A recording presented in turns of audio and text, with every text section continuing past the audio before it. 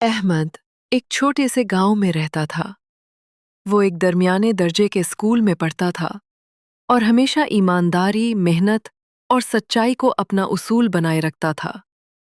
उसका मानना था कि झूठ बोलकर वक्ती कामयाबी तो हासिल की जा सकती है, मगर असल कामयाबी सच्चाई और दयानतदारी से ही मिलती है।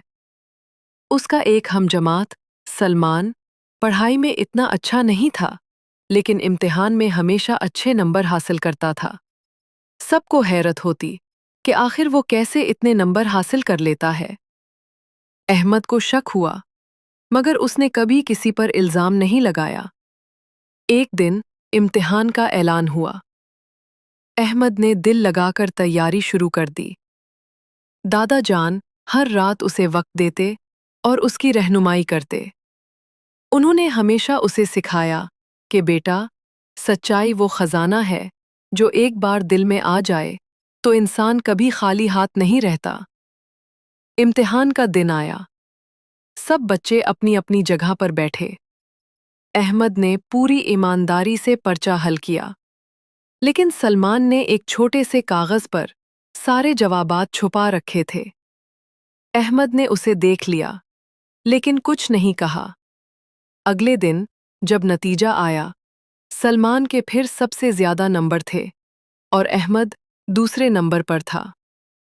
सब बच्चे सलमान की तारीफ करने लगे, मगर अहमद खामोश रहा।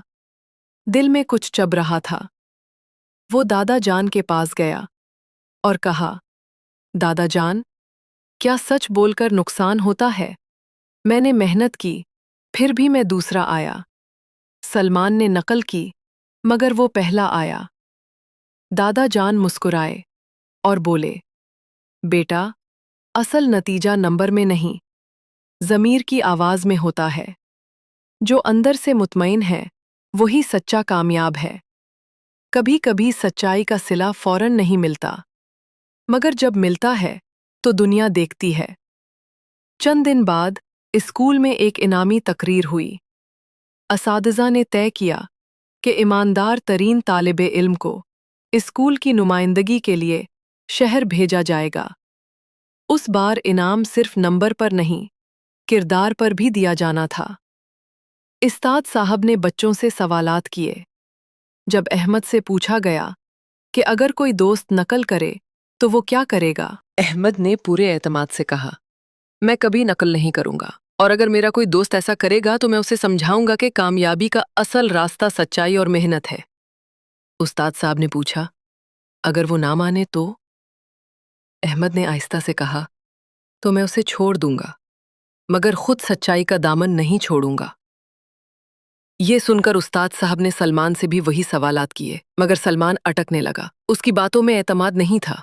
तब उस्ताद साहब ने ऐलान किया, हम अहमद को शहर भेज रहे हैं, क्योंकि वो न सिर्फ अच्छा तालिब इल्म है, बल्कि एक सच्चा और दयानतदार इंसान भी है। सब बच्चों ने तालियां बजाईं, यहाँ तक कि सलमान शर्मिंदा होकर अहमद के पास आया और कहा, अहमद, मैं मानता हूं कि तुम सच्चे हो। मैंने नकल की थी और तुम जीते हो। मुझे माफ कर दो। अब मैं भी सच का रास्ता इख्तियार करूंगा। अहमद ने मुस्कुराकर कहा, सच की राह पर चलने के लिए कभी देर नहीं होती। आओ, हम दोनों सच्चे दोस्त बनकर आगे बढ़ें।